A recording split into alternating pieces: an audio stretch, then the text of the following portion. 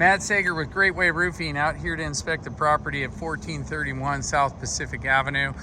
This is the same building, same roof plan as what's next door, that roof we put on earlier in the season. And similarities here with wrinkles in the cap sheet.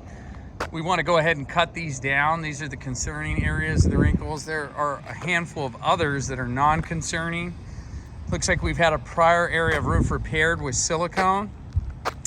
For areas like this, we do have a product that we can broadcast over the top, and then we can apply our product. But in a lot of other instances, we end up removing this down to the deck and putting on the cap sheet. So I'll make sense of what's best for the building here. As of right now, I think we're gonna wanna cut this out and put new cap sheet down. I'm gonna turn the attention to the skylights. So these are the vented skylights, very same skylights as next door. However, they've gone ahead and screwed in this metal around the vented area of the skylight. That'll keep from any wind-driven rain or potential dust from blowing in the building. Prior to coming out here, it was a thought of mine that in hindsight, I wish we would have had put down the external security cages next door. I think what had happened is Rod originally bid the job next door, and then Brandon came in afterwards when the conversation came back up with the project, and somehow or another we left that option off of the project.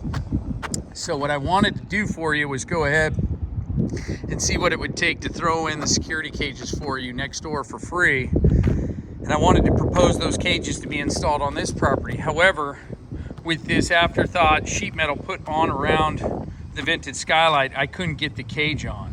And if we wanted to take this metal off, then we'd have a bunch of holes in the skylight. So I don't know that that's worth it. What we did for next door is we used these safety nets that we covered each skylight during the application process. It's more just it's a safety issue for us with fall protection, but it's also nice for burglar or just that property protection. But anyhow, we'll wrap our head around that. I'll still see what I could do to include the cages next door. And I know we've had material increases since we installed that roof, but we really appreciate this opportunity. So I'm going to see what I can do to keep the pricing the same as the one we recently did. Last few thoughts to point out: we've got a unit over here that is leaking some water, probably from one of these condensation lines. You'll want to have a technician come out and get that addressed. And then I recall they had some equipment in that far corner over there that was removed during the project by another contractor. So I wanted to ask if this unit is currently, actively running or not. It's not on right now, but I don't know if this is functioning.